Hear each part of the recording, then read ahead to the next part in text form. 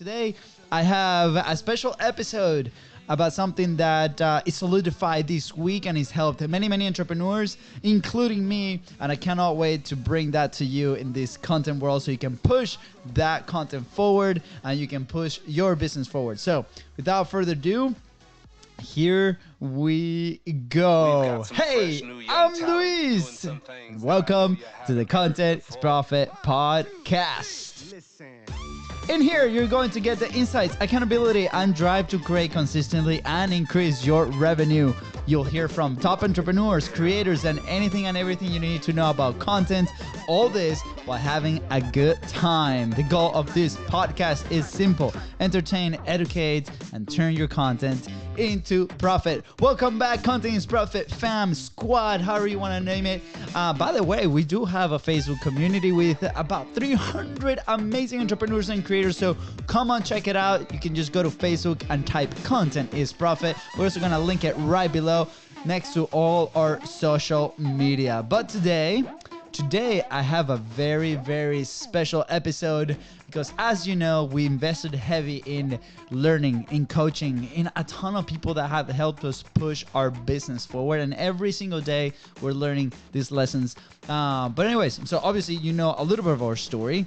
And we have been creators, or I guess we define ourselves as creators for quite a bit now. The podcast is about to turn 3 years old in March. Insane. We're just on a call today with one of those coaches, and we're sharing a ton of the secrets and the things that we've learned by publishing consistently because they're launching their show. So I was just reflecting on that. But anyways, identity shift as creators. And we were... As creators, right, every single day we're presented with opportunities to put out something into the world, not just with our podcast, but also with the programs and the things that we're building in our business to serve our audience, to help them solve their problems. And we've been on a search for a long time to do this, and that started the service a few years back, that optimized the service a few years back as in our business. And now we are launching, as you might heard in the other conversations, a couple of things in there. So I've been on calls with people from the community, from people from LinkedIn, leads, people in the world of content, trying to figure out exactly what is the one problem that we're solving. And I think we have it narrowed down to something that we can deliver 100%. But with that, if you're a business, you probably know this process, right? You ask your customers, you ask the people that consume your content, you ask your leads, you ask every single person every single day to extract that information to make your service or product better. Now, with that, once you have that feedback, right, we have to create something. So what we're talking about today is the actual creation formula. Oh, baby. When I learned the topic, I'm like, yes, please tell me everything. I'm like, doesn't like creation just happen? Inside of my head, that was what was going on. And, I think the creation of the podcast came easy in a way because we've tried to replicate the thing over and over for years, and then finally it clicked, right? So it doesn't have to happen like that to you in the content creation. But anyways, so this, I digress. Clearly, FONZI's episodes, people listen to more to him because he knows how to express this way better. But anyways, stay with me. Here we go. The creation formula, right? These will help you create anything on content wise, but also in the business side. I think you can use this equation for every aspect of your life. Obviously, because of the podcast, we're going to talk about this in the sense of content. But again, it is a framework, so you can utilize it for anything.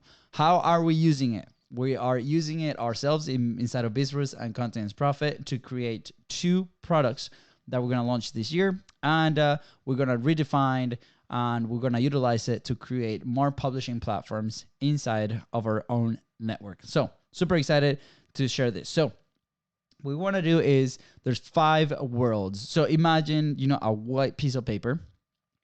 And if you are in your desk, grab a white piece of paper and grab a pen. And what you're going to do is you're going to draw 5 circles. So the first circle, right? Put it on your paper. Then you have a second circle that's a little bit bigger. Let's say double or triple the size of circle number 1.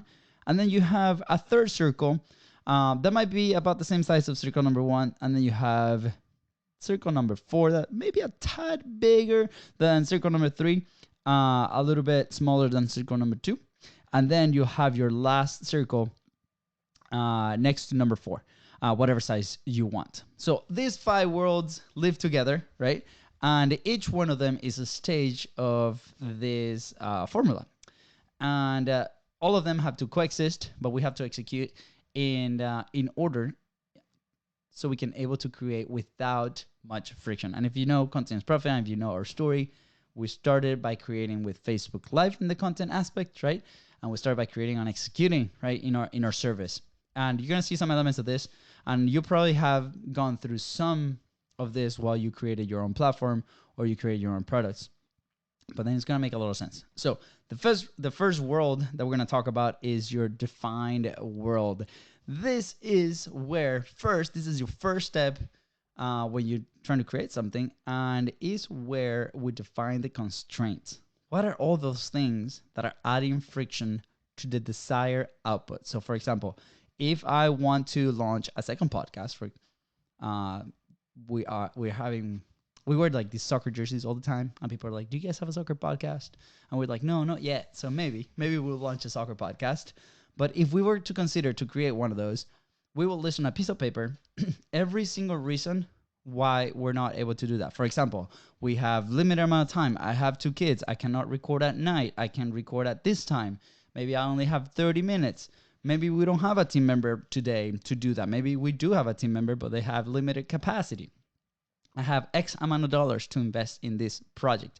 What are all the constraints around that? And what we want to do is we want to brain dump all of those ideas in a piece of paper and put it there so they get out of our head. So many times, right, and I follow this advice from many other people, that they go like to this dream zone scenario. But what happens is as soon as we do that, and if we don't put those constraints on paper first, we're going to start to limit ourselves. So that's why it's so important in your first world. What you want to do is you want to define all those constraints. You know, what are the things that are getting in the way for you if you're creating a program for your customer, but mostly for you, for your execution. So once you have all those things on paper, we're going to go to step number 2, which is we're going to tackle the explore world. The world number 2, that was the big one that you drew on your paper. That's your explore world. This is where we get to play and where we get to have fun. This is where we're going to put all the ideas, you know, throwing away all the constraints, forget about them, put it on paper, fold it, put it on the side. You're going to forget about all of those, and you're going to go to the play area, to your zone of genius, to your zone of fun, and you're going to put everything on a whiteboard, on a paper, on a wall if you need. So this world does not care what constraints are. Like you like to dream, you like to explore, you want to break out of every single constraint. So for example, I want to publish the show 5 times a week. I want to publish daily. I want to do it interviews every single time with professional soccer players. Again, we're going on the example with the soccer podcast. Maybe we actually do that, right? We're going to stream ourselves with guests while watching soccer games, right? We're going to monetize by chasing the biggest advertisers there is. We're going to monetize by selling it to our teams, and then they're going to put some money into the show, and we're going to grow it that way, right? We're going to monetize by coaching on the back end. We're gonna monetize by creating these amazing events that we're gonna invite all the audience, right? We're gonna create with 3 different cameras. What are all these examples, right, that you can put on paper that you're gonna put there? So if you can imagine it, put it in there. Have fun, go crazy. You know, in Venezuela, say, you know, maybe have a little beer while you do this, but you know, we don't condemn alcohol. But anyways, that's it. Don't filter, right? We want the dumb and the silly ideas. Those are normally the bridge to your best ideas. So put it on paper. No judgment whatsoever. If you are with team members, you know, you do the bad kitty thing where like if somebody judges your idea, just like splash them with water, be like, bad kitty, bad kitty. I think this is like, we talked about this in one of the episodes. But so anyways, get everything into paper. So now you have 2 papers, right? You have the paper with all the constraints, and now you have your explore world, right, with all your dream scenarios. Once you complete that, now we're on to step number 3, which is, your world number 3, your third circle there is your test and build world. Right here is when you're gonna start collecting your constraints and your dreams, and you're gonna start creating this thing where it's gonna look like a little bit of Frankenstein, right? You're gonna start testing, you're gonna start doing the thing. So in our very specific example with Content is Profit, we said, hey, we're gonna actually do it 3 times a week. Some of our constraints, we obviously wanted multiple cameras, we wanted a higher quality camera, we wanted a light, we wanted a bunch of stuff, right? But because we didn't have the resources at the time, what we ended up doing was plugging in the cell phone as a webcam into our computer and recording in the corner of the office that we had at the time. So again, how can you mix your constraint with your dream, trying to push towards your perfect scenario as much as you can? So we totally understand there might be some resources, but if you are the CMO of a company, if you are the CEO of the company, can you assign some resources for this project or this product to be tested and built? So obviously you're going to build this Frankenstein thing, and this is how you start to tinker, start to execute on it, right? If we go to the context of publishing, start testing your publishing. Can you stretch out, can you do every single day? Maybe you do a week and you're like, man, like that was crazy. I am not willing to do that. Okay, sounds good. Let's minimize it to maybe 3 times a week, 2 times a week, right? Maybe you record 1 day a week, but you record 5 episodes, shorter episodes, 5 episodes, 5-minute episodes, 10-minute episodes. You can start testing with all these ideas, right? This is how your constraints and how your explore world basically coexist.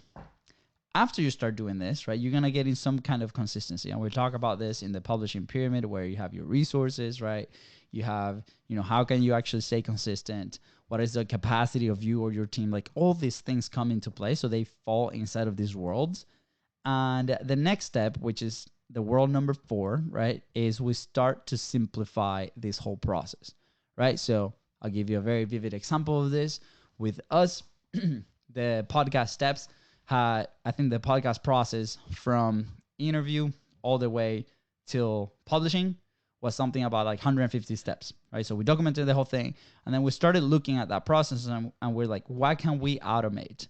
What can we maybe not skip, but what can we integrate? What can we put together? So instead of 5 steps, it's just 1 step, right? How can we make this happen? And how can you make it so effective? So that's why we went live. That's why we do these things. Now we record directly into a software that is also an editing software. So as soon as we stop the recording, we don't have to export footage. We don't have to do anything. Everything is already in the software. So how can you start finding these solutions that can simplify the process for you?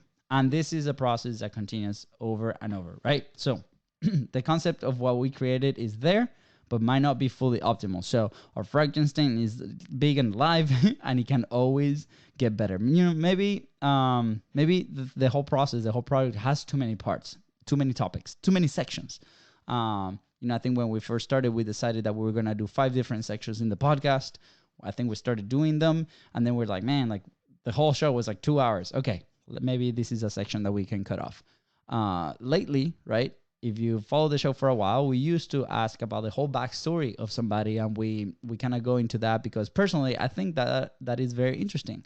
But we heard feedback from the audience that sometimes that might not be the reason they come to the show. They want the juice, they want the information. So we started not asking that question. That was one of the things. So that's another example of how you can simplify in the process, right? What else can I take away? That is a very important question, where if you continue to ask that question as you continue to do the process, then you can do that. So for example, for a podcast, we have a process that's called a podcast flow. Here's where we manage our podcast. Here's where we have all the steps to do that. And every single time, as soon as I heard this equation, I asked that question, I'd be like, hey, what else can I take away from this process to make it very smooth, very effective, very clear, right? Normally, and I think you're gonna feel that one, right? I feel this way currently. Most people are very overwhelmed. It's a lot of information out there.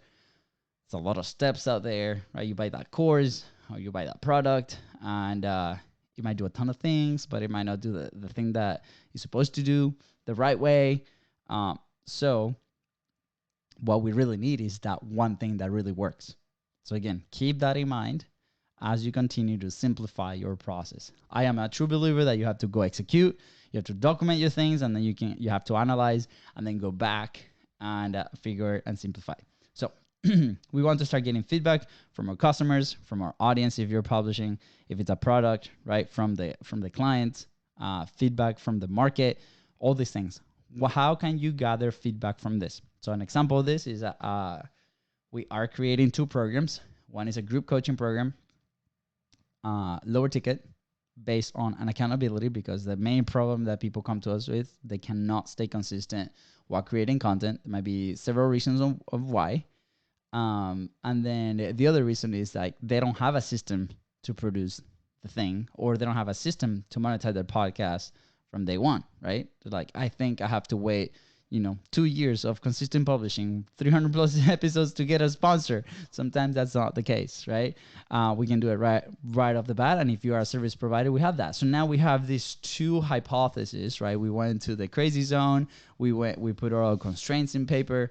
And now we're going out to market and gathering feedback as we explain what the results are, what's the thing that includes, and all that data is put back into the system so we can simplify it and we can create that product. So that's real life what we're doing today.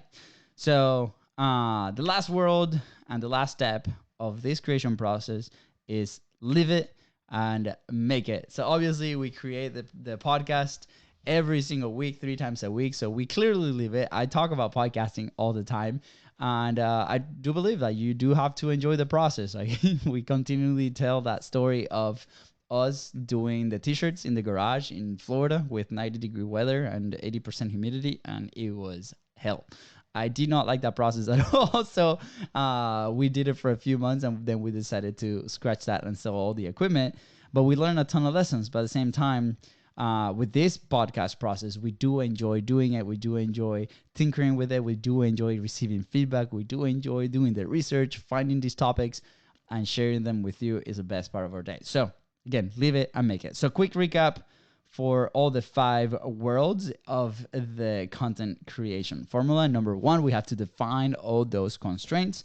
Number 2, we have to explore.